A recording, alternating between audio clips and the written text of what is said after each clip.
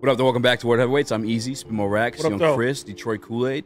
We're also joined by an OG of the show.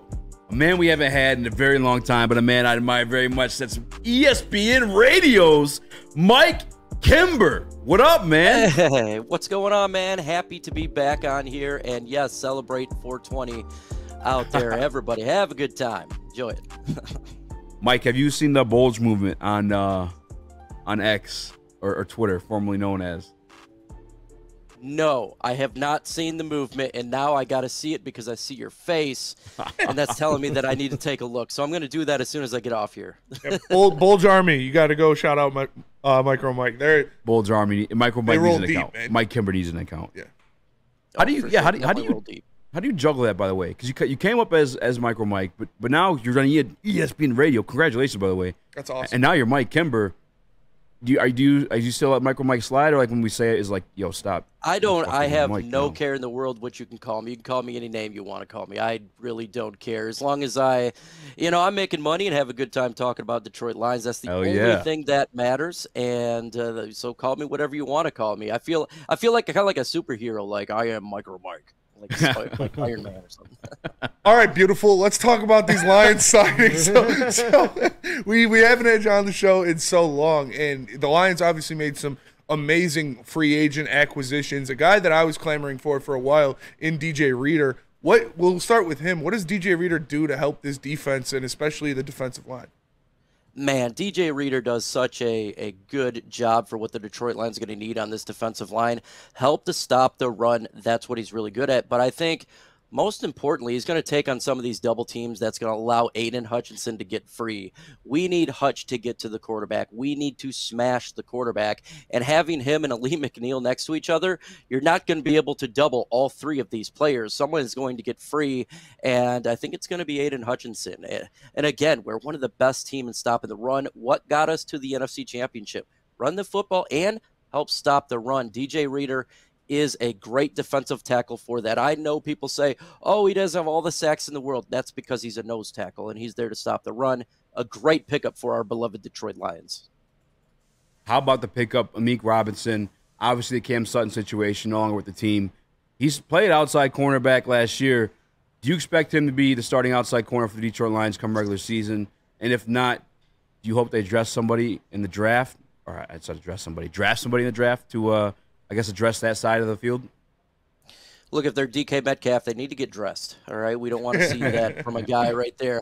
But when I look at Amik Robertson, I don't think he's the long-term solution at all for an outside corner. I think he's really good in the slot. Look, he's fast, and I think can keep up with these fast wide receivers like a Tariq Hill or a Jalen Waddle. I think that's what's good for him. But we really need to get a cornerback to last a long time, and that's going to be in the draft. And there's plenty of cornerbacks out there that the Lions could look to get, and I think that's the future of this team. But I do like Amik Robertson. I tell you what, he is motivated, and he's telling people that he's going to put 110% effort in, and he's going to show that he is a lockdown corner. So hopefully he can back up what he says. And looking at the other side of Amik Robertson, another cornerback that they grabbed, they made a trade for in Carlton Davis. This is a guy that Brad Holmes wanted last year, even, that the reports came out that he tried to get him last year. What does he bring to the table? I know it's kind of like a yin to Amik Robertson's yang, where Amik's going to do the fast slot guys, like you said, like a DJ Moore or Jaden Reed in our division, and you got Carlton Davis for the bigger outside cornerbacks. Yeah. What does he look like to you on tape? Exactly what you're saying. He's the bigger physical cornerback that's going to take on the bigger wide receivers. And if you look what happened last year, Keenan Allen torched us. You got Justin Jefferson torching us. DK Metcalf did a number on us. And so we need to get a bigger guy to match up with other teams, bigger receivers. I think that's what he's going to do. Hopefully he can stay healthy. I think it always comes down to health with some of the guys that we pick up via trade or free agency with Brad Holmes. If he can stay healthy, he has shown that he can be a lockdown corner. Remember, Jamar Chase said that he was the toughest corner that he faced last year. And when somebody of that ilk says that, that speaks volumes. But he had some up and down moments in Tampa Bay. Hopefully we're going to have up here with Aaron Glenn. I saw SI reported Detroit Lions officially met with Kool-Aid McKinstry once more today. A formal meeting at the Combine, and I guess, again, let me look here. Attended his pro day, and then he also had a top 30 visit. Is that guy you expect to be there at 29, and would you be would that be the answer for you on the opposite side of Carlton Davis and Kool-Aid McKinstry?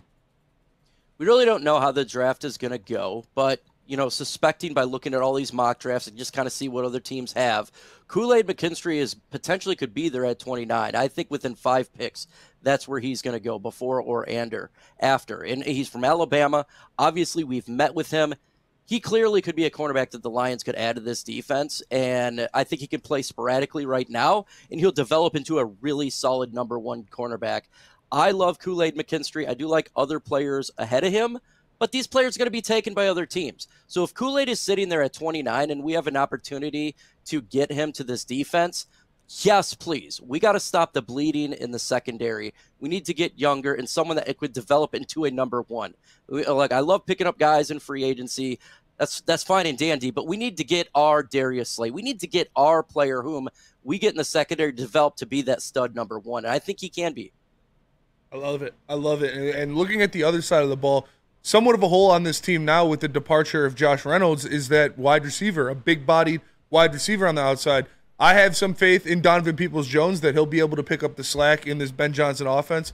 But is that a position that you want them to target? We know they've already met with guys like Xavier Leggett and Brian Thomas Jr.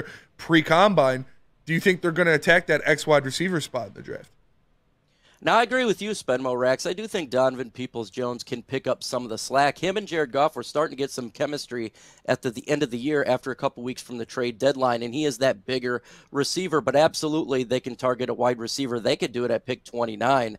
Brad Holmes does best player available, and if he feels a wide receiver number 3 at pick 29 can come in like a Donnie Mitchell and be that X receiver and make a difference, they're going to do that. Personally, my personal preference is it's best player available matching a position of need, i.e. if we're sitting at 29 and there's a cornerback that's the best player available, that's what we would get. That's kind of what I'm hoping for. But make no mistake about it, if there's corners that they don't like or an edge rusher, they absolutely could take a wide receiver right there. And I know a lot of people get mad. But again, if you look at the new rules with the NFL, having wide receivers and tight ends is going to be pivotal towards the game of football going forward. Yes. The defense is having a hard time with these tackles. Teams are loading up on wide receivers. It's just becoming an offensive game, whether we like it or not. That's the way that it's going. So wide receiver absolutely could be an option for the Lions at 29 and later in the draft. And Mike, not to stray off topic, but A.J. Hinch just took the ball from Matt Manning, who is yet to allow a run in the 6th inning with 2 outs. He did have 90 pitches, and it's a 1-1 game. But I like the move. Honestly, I like the move. I'm not gonna lie. I'm not mad at it. When you move, I move, just like that. Just like that. Just like that. Are there names you like though? Because I've done a few mock drafts where I've tried to just BPA it, and I know certain positions are positions of needs, and I'm like, damn, but that guy's right there, and I really, really want him. And then you end up with this mock draft that's all funky, but it's kind of how Brad does it. But like Chop Robinson, does he interest you at all? I've noticed he's been there a few times at 29 for myself. Chop Robinson, I'm not as high on him as some other edge prospects. I actually have a round 2 grade on Chop Robinson. I think that they can go in other different directions here. Clearly, we look at the edge position. That is something that the Lions need, right? We need to get a good edge, and we're seeing a mock draft that Jared Verse is falling down a little bit. We'll see where he goes. That could be option. We all talk about lay 2, low 2. You just talked about it. Yeah. I would love to have him on this football team. I think he'll be gone. Chris Braswell is available as well, and Darius Robinson is another edge the Detroit Lions could get, and he actually likes the Detroit. He's a fan of the football team. Yeah. So if you were to get a Darius Robinson, you don't have to worry about off-field issues or any type of thing like that. He's already locked in with the Honolulu Blue and Silver. But I'm looking at just getting the best prospect. I could go even offensive guard. I like Cooper Beebe. Mm-hmm. I think he's really good for this offensive line. Big, stout man you can get on there. And I know he's not going to be a starter right now, but we have a lot of issues with the offensive line this year and going forward. They can go tackle as well or guard, but there's a defensive tackle is really deep. You can go in so many different ways. I think the Lions have an opportunity here to get BPI with position of needs in this draft because edge, there's not a great one, like super great edge like an Ada Hutchinson, but there's really good ones. Defensive tackles, extremely deep. Wide receivers, extremely deep. And same with the corner position. A great draft for the Lions sitting at 29 this year. knowing that he's BPA guy, I think he can move up in that first round. You know, seen if him do it it's, before. if it's a specific player, like I like Quinn Young-Mitchell a lot. I think he is the guy I would actually trade up and get. So if he's at 12 or 13, if Brad Holmes is an opportunity to jump up there and get him and not giving up a first-round pick, kind of like a Jameson Williams trade, do it. I'm all for it. If you feel this guy is a blue-chip player and he's going to contribute right away and you got to trade up and just give up another pick, why wouldn't you do it? This team is ready to compete for a Super Bowl right now. We need players right now. And I think if he feels there's a blue chipper, go up there and get your player, add him to this football team, and let's dominate this up-and-coming season. I'm with you, man. I can see it too, just because it feels like a window. And Brad, yes, the window. His way to like go all in. And I just saw it in the Woodward Sports chat too. We've been saying it before the offseason that officially kicked off. We're making acquisitions. I felt like this is a season to go all in. But Brad, we call him Bargain Bin Brad on this show because he doesn't like to spend too much money. But you know who he does like to get a little risky is in that NFL draft. We see him do it with Jameson Williams, like you said. He's done it to grab Hendon Hooker. I mean, he's been all over the place. I could definitely see him moving up and grabbing a Verse or Dallas Turner probably too rich for his taste, maybe to get up there top 10. But I could definitely see that happening, and I definitely see that helping this team tremendously. What is the number one need for you? It is a toss-up between corner and edge. I think they're both in a position that needs to get upgraded. Look, Marcus Davenport, we signed this guy coming here. I know they say that he's opposite of Aiden Hutchinson, but does anyone really believe that this guy is going to be opposite of Aiden Hutchinson and good to go for 17 games?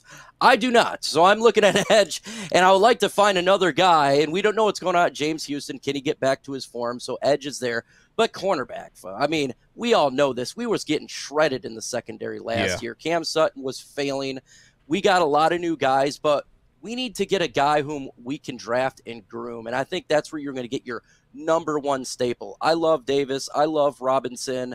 I like Emmanuel Mosley, but I don't fully trust these guys to be available for the whole time. So go in this draft and get a special player whom can play right now and help this team win. And I think that's something that the Lions should do. Mike, I appreciate you joining us, man. Where can people catch your radio show? Well, they can find us on the Huge Show, 96.1 FM, West Michigan. And if you're not in that area, you simply go to thehugeshow.com and it pops up.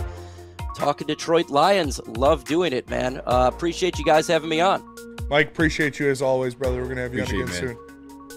The basement, the ESPN Radio, you're a legend, bro. You are a legend. Love you. Keep killing it. All right. Peace, guys.